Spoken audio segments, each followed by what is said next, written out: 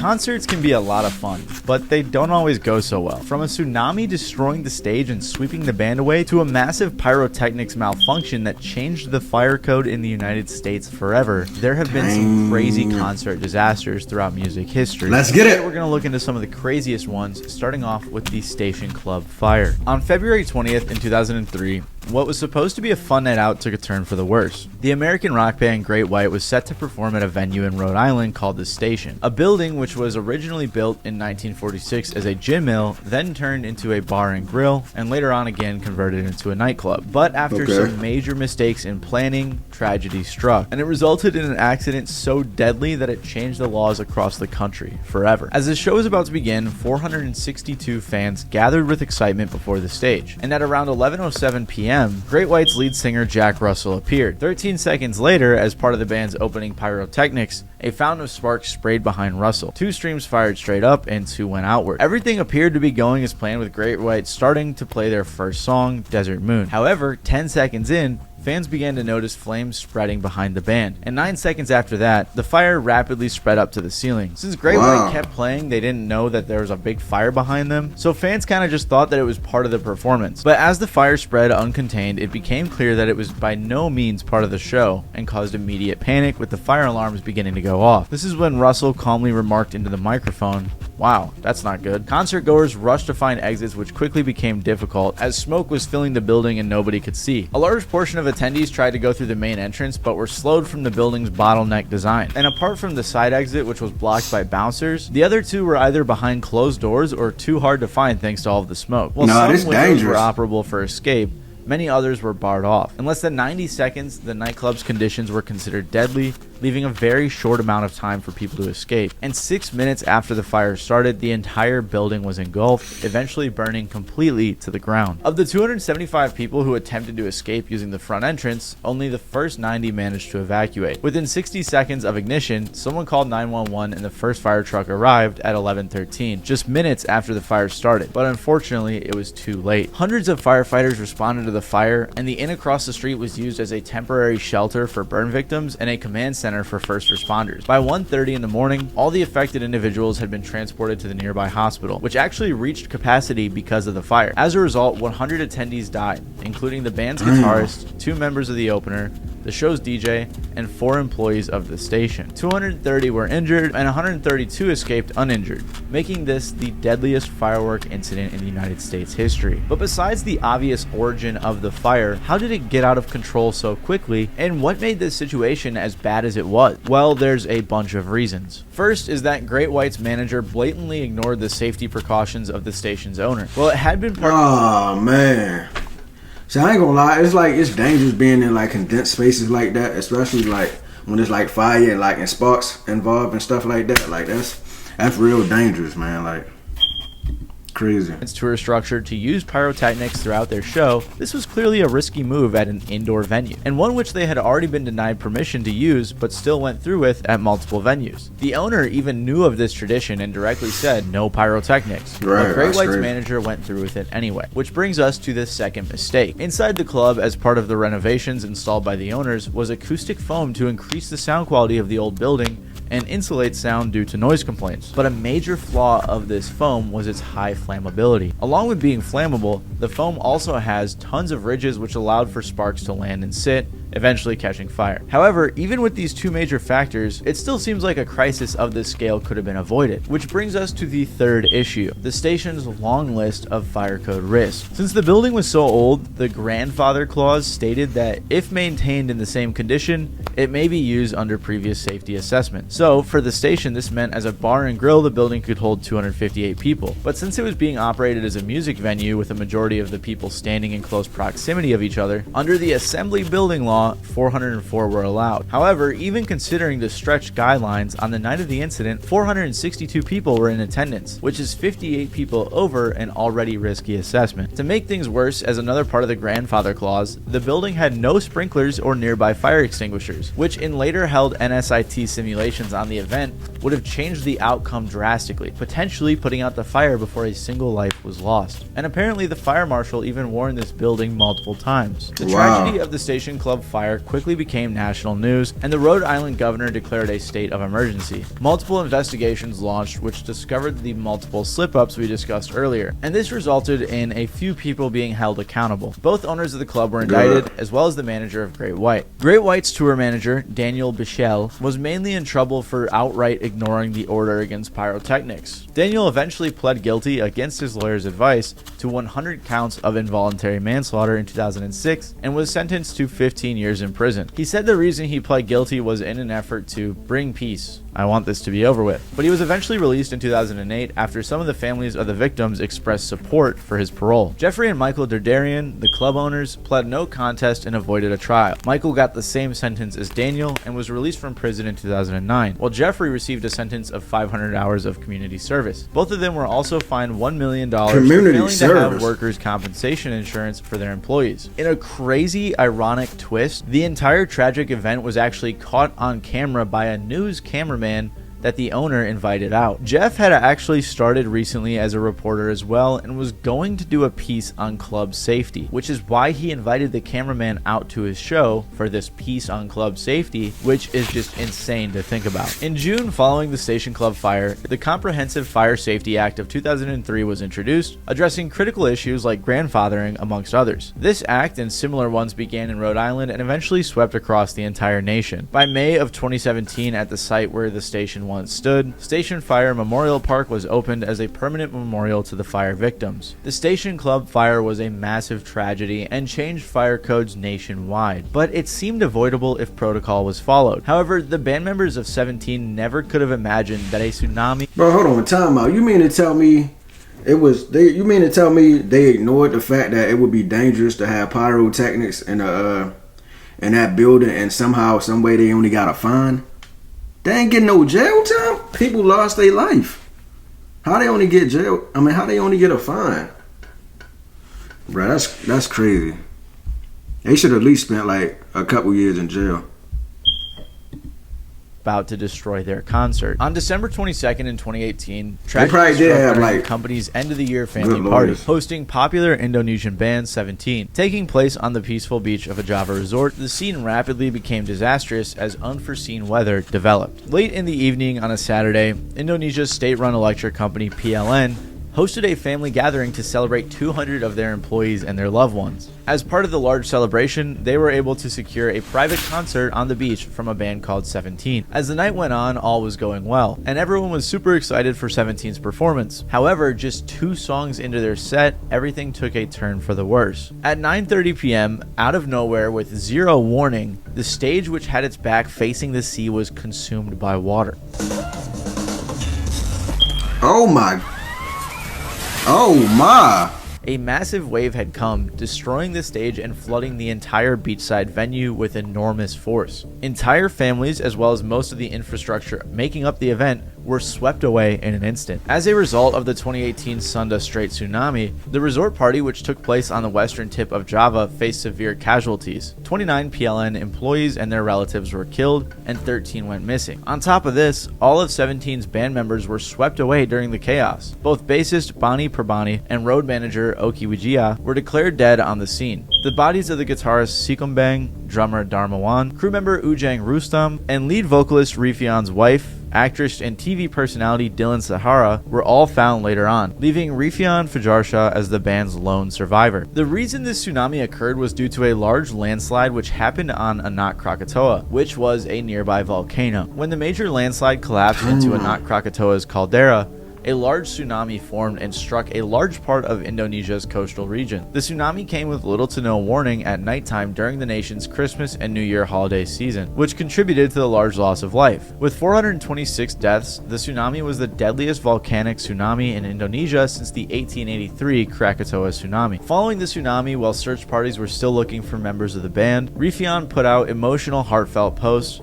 hoping for the return of those still lost. As well as these hopeful posts, he also put out a heartbreaking birthday wish to his wife, whose birthday was just one day after everything went down. Rifyan still carries the band's name in his solo career as a tribute to the members who lost their lives. In remembrance of the tragic event, a documentary was put together using 55 hours of log footage shot prior to the show that was found on the late drummer's camera. Following the tsunami, Indonesian authorities installed multiple emergency early warning systems in tsunami-prone areas, all in hopes to prevent future tragedies like this one. And while this tragedy was a complete surprise that no one could have seen coming, it isn't too shocking that when the Rolling Stones hired Hell's Angels, a biker gang, as their security, things went south. On December 6, 1969, I heard of them before. Is they like a singing group? He said they're a biker group or something, but I heard that name before. I just can't remember. 100,000 fans gathered at the Altamont Raceway in California for what was supposed to be the Woodstock of the West Coast. However, things didn't quite go that way, and the event instead was remembered for much darker reasons. Instead of a peaceful concert for hundreds of thousands to enjoy, the chaotic turn of events ended with multiple deaths and overwhelming violence. In 1969, the Rolling Stones were on their longest US tour up to that point, but there was a problem. Because of how popular they were, the ticket prices were super high and they were getting tons of complaints. In response to this, the Stones teamed up with a bunch of other big artists at that time, including the Grateful Dead, amongst others, for a free concert. The whole point was basically to recreate Woodstock, which had happened earlier that year. However, while the Woodstock Music Festival had months to organize the complexities of a concert to that scale, the Rolling Stones just had weeks. In this stretch, the venue changed multiple times due to various problems, and these problems, in reflection, should have been red flags. Since the crew had to move their setup more than once, this meant that important features like bathrooms and medical tents were overlooked, and also because the plans for the show were designed for the first venue, issues with the concert layout began to arise as well. But the biggest problem that came up was the issue of security. For some reason, both the Grateful Dead and Jefferson Airplane pushed for the use of the Hells Angels Motorcycle Club, which was basically an outlaw gang who also could be used at the time as cheap security for the scrambling event organizers. Both of these bands had previously used the Angels for security at performances without incident. Damn, back in the day, they had no regular security. You had to use Hell's Angel, a biker club. And that's crazy, because I don't remember. Did they have like security? Don't you know how they have security now? Did they have that kind of security like back then? I don't know. But let's see what was about to happen. Event organizers. Both of these bands had previously used the Angels for security at performances without incident, but this move ended up being a pivotal mistake. As fans started arriving on the day of the show, preparations weren't nearly complete. The entire setup looked unprofessional, from speakers placed randomly to hazardous light scaffolding. As the day went on, fans grew more and more rowdy with a thick tension brewing in the air. In response to rabid fans pushing closer, the Angels immediately turned to violence using an array of random objects like pool cues and motorcycle chains to beat the crowd into submission. Oh my goodness. The power struggle continued and hit a new high when Santana was forced to stop performing after attendees rushed the stage and caused a fight. But the violence did not stop there. Things seemed to be calming down for a bit, but then Denise Jukes, lead singer of the Ace of Cups, who was also 6 months pregnant, was hit in the head by an empty beer bottle thrown from the crowd. Then, when Jefferson Airplane started, fans knocked over a Hells Angels bike, which inevitably led to more chaos. Things got so bad that when the lead singer of Jefferson Airplane attempted to stop the violence, he ended up getting knocked out by a Hells Angel. This was the same group that requested them as security, by the way. And if this wasn't enough... Man, the Hells Angels, they came to cause havoc. Man, what the... They just destroying everything. How you gonna knock the person out who hired you? They told y'all to come and be the security. Man, they out here tripping. Crosby, Stills, Nash, and Young took the stage, they were also forced to stop after the band's singer was stabbed by an angel in the leg with a bicycle spoke. After the second incident of a band member facing violence, the Grateful Dead made the rational decision to leave and forgo their performance entirely. But this also caused some issues for fans as the stage was left empty for 2 hours with the organizers trying to figure out how to fix it. And by the time the Rolling Stones finally came out, lead singer Mick Jagger was punched in the face by an attendee who apparently yelled, "I hate you." 3 songs in, Mick Jagger paused and begged both the Hells Angels and the crowd of fans to calm down, but his request fell on deaf ears and the result was deadly. During the Stones set, a young fan named Meredith Hunter, who was 18 years old, attempted to climb a speaker box next to the stage in order to get a better view. In retaliation, the Angels ripped him from the speaker and viciously beat him. In self-defense, Meredith pulled out his gun, but the sight of the firearm only set off the Angels further, and in response to that, 21-year-old Hells Angel Alan Passaro pulled a blade, and stabbed Meredith in the back multiple times, and within minutes, the young fan was pronounced dead on the scene. However, there are some conflicting stories on how this exactly went down, with some alleging that Meredith sought to harm a member of the Stones with his gun, but Meredith was not the only person to lose a life at this event. 2 more attendees were killed in hit and runs after the show, and another drowned in a ditch while high on acid. On top of the deaths included numerous car thefts, property damage, and hundreds of injuries. Alan Pissarro, the Hells Angel that murdered Meredith, was eventually arrested and charged, but after the trial he ended up getting off claiming self-defense. This whole disaster was eventually turned into a documentary film titled Gimme Shelter. In the end, this was such a disaster that the event was labeled Rock and Roll's all-time worst day, December 6th, a day when everything went perfectly wrong. And while that disaster could have easily been avoided, this next one is something that tends to happen often when events are poorly planned. On December 3rd, 1979, The Who was set to play in Cincinnati, Ohio, at the Riverfront Coliseum. The highly anticipated event sold over 18,000 tickets,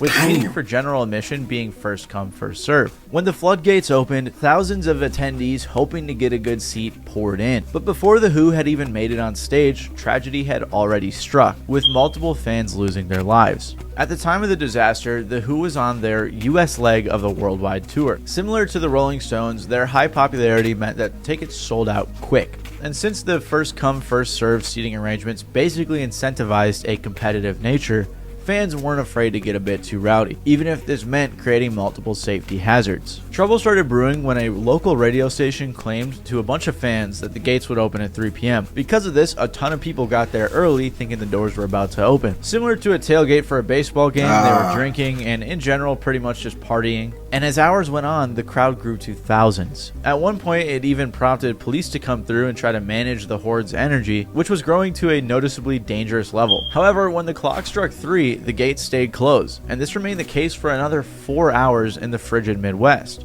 Some fans had been out in the cold for almost 6 hours by now, many of which were drinking during the wait. The problem was that multiple entrances were not used. All fans were going to be let in through only 2 doors, which seems like quite the bottleneck when there's thousands of fans. Hours after people were told to arrive, event organizers still weren't ready. And when some members of the people outside heard The Who's last sound check, the energy reached another level. Word spread like a wildfire, and when it hit the back of the crowd, they believed the show had already started, so they began pushing, anxious to get in. However, in reality, the show had not begun, and they didn't even open the main doors. But 2 doors did end up opening on the right side, which, as you can imagine, turned into a disaster. Thousands of fans began to pour in through just 2 doors. Staff checking tickets tried to maintain the chaos, but for around half an hour, the crowd pushed in with massive force. At this point, multiple fans had fallen to the ground, but since the crowd was packed so tight nobody noticed. The officers present were helpless, and for event staff, little was known about the dangerous conditions outside until it was too late. If you've ever been to a giant concert or a music festival, you know how tight and hot these spaces can be and how just crammed in you are with all these people, which can turn dangerous very quick. That's one of the reasons I don't go to concerts no more. Like, I don't go to concerts or festivals. There be too many people, bro. Like, back up off of me. Like, I just be wanting my space. Like, it be way too many people close to you. It get hot. It's just way too much. Fans were allowed in, the casualties were revealed, surrounded by thousands of bloody footprints, and in the end, it resulted in the tragic death of 11 concert goers who were crushed in the giant crowd. When the event organizers evaluated their options, against fire officials' advisement in a somewhat dark decision, they decided that the show must go on. This was mostly because of their fear that canceling could cause even more deaths of a similar nature. During the show, the bodies of fans ranging from 15 to 27 years old were removed, and others who were seriously injured were rushed to the hospital. The Who were not told about what happened until after the show, and when they found out, they were extremely distraught. Years later, the guitarist Pete Townsend said, "I went through 2 phases. One was, of course, tremendous upset and concern, but the other was incredible anger that we had been performing while this was going on. It was to the point where they thought about canceling the rest of their tour." Many publications were pretty unsympathetic, blaming the crowd full of the alleged drug and alcohol abusers. However, after further investigation, it became extremely obvious that the disaster occurred in major part because of the first come first served seating, as well as overall poor planning. And like in the station fire, many previous warning signs at the venue were ignored. Lots of debate followed for who was truly to blame, and in the end the city not only banned festival seating for many years, but also limited ticket sales to ensure safer conditions. In a class action lawsuit filed by the deceased victims' families, around $150,000, which is about $450 today, was awarded, and among the 26 injured, $750,000 was divided. And while this was due to eager fans and a poor venue design, this next disaster was all thanks to one crazy fan. On December 8th, 2004, the Alrosa Villa nightclub in Columbus, Ohio, hosted the heavy metal band Damageplan. The night was supposed to be a concert featuring some of the genre's biggest legends, like Pantera's founding Abbott brothers, Vinnie Paul and Dimebag Darrell. But things took a dark turn when an attendee rushed the stage and multiple shots were fired, and for the Abbott brothers. Following the split, the brothers quickly started their own band called Damageplan. While the group may not have reached the same levels of success as their former group, they were successful enough to go on tour. On April 8th, a 25-year-old Pantera fan named Nathan Gale interrupted their show in Cincinnati when he jumped on the stage and started wrecking their other stage equipment. This brief moment resulted in around $2,000 worth of damage and ended with police arresting Gale for criminal endangerment and destruction of property. However, Damageplan didn't want to press charges because they didn't want to go back to Cincinnati for court. Months went by and the band was unfazed by the incident, but on the second to last show of their tour, tragedy struck. While the openers were playing, the club manager and other concert goers noticed Nathan Gale loitering in the parking lot, and they asked why he was outside, to which he responded, "I don't want to see no shitty local bands. I'm gonna wait for Damageplan." At around 10 p.m. when Damageplan took the stage, Gale climbed a 6-foot wooden fence and entered through a patio door. During the opening song, dressed in a hockey jersey and a hoodie, he rushed the stage and drew his gun.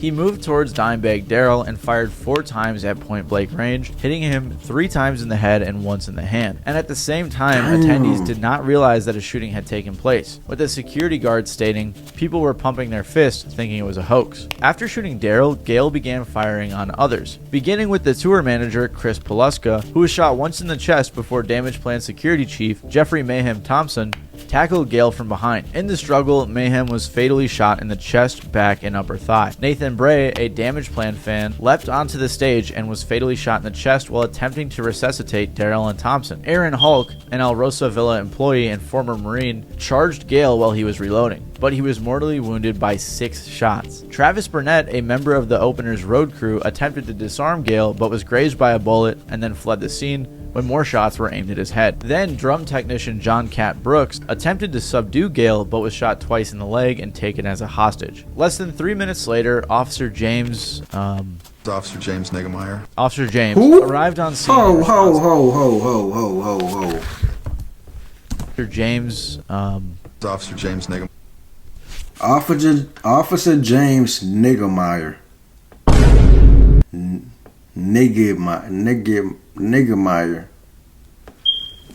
Gang, that name is Officer. Officer? It gotta be. That's his last name for real? Nah, that gotta be some type of made up name or something, right? Nickname or something? No? Real name? Okay. Officer James arrived on scene in response to a 911 call. He entered the club through a backstage door and shot Gale once in the face with a 12-gauge shotgun, killing him instantly. At the time of his death, Gale had a half-full magazine in his gun and another 30 rounds of ammo on him. During the attack, he fired a total of 15 rounds, and immediately following the chaos, fans attempted to perform CPR on Gale's victims, but tragically the injuries were too severe. The motive for the shooting is still kind of unknown, but it's assumed to have a few main reasons. First of all, Gale had a drug problem. He was kicked out of his mom's house and was discharged from the military. He told his mom that he had paranoid schizophrenia, which is why they discharged him, and he never took his medication, so clearly he had a lot of problems. As a lifelong fan of heavy metal, he became obsessed with Pantera while he was in high school and remained fixated on the band even after they separated in 2003. Gale's former friend told reporters that he'd shown up with Pantera lyrics that he claimed were his own. Basically, he was saying that Pantera stole his lyrics and that they were attempting to steal his identity. Many of Gale's friends began to distance themselves as he became increasingly erratic. Once he even told his his former friend that God was asking him to kill Marilyn Manson. Others noticed that he would talk and laugh to himself, he'd pretend to hold an imaginary dog, and that he would bother patrons at the tattoo parlor across the street from his apartment. After the shooting, police officers found 2 handwritten notes inside the apartment. One read, "You'll see come alive. I'll take your life and make it mine. This is my life. I'm gone." The other read, "You'll see the sky fall. I'll make pigs fly. Come on and give me some. Come on, give me some. Do it and die. Do it and die." After the shooting, it was speculated that Gale had been motivated by Pantera's disbandment, with the initial reports claiming that he had shouted, "You broke up Pantera," or "This is for breaking up Pantera," before opening fire. Officer James was given a number of awards for his actions, and even Gale's mother referred to him as a hero, telling reporters, "I give that man credit. You'll never know how many lives he saved." Immediately after the shooting, many concert venues tightened their security standards by hiring off-duty police officers as guards and checking attendees' pockets and bags more thoroughly. Clearly, there have been a lot of tragic concert disasters, some of which were avoidable and others that were just plain tragic. If you like this video, you might also like my video about the worst festival. But yeah, that's gonna do it, man. If y'all enjoyed that reaction video, make sure y'all like, share, and subscribe. RIP to all the victims in this in this video, man. It's a sad situation. Man, like crazy, man. Concerts could go left, man, at any moment. But we about to get out of here. Make sure y'all smash that like button for your boy. And I'm out of here, man.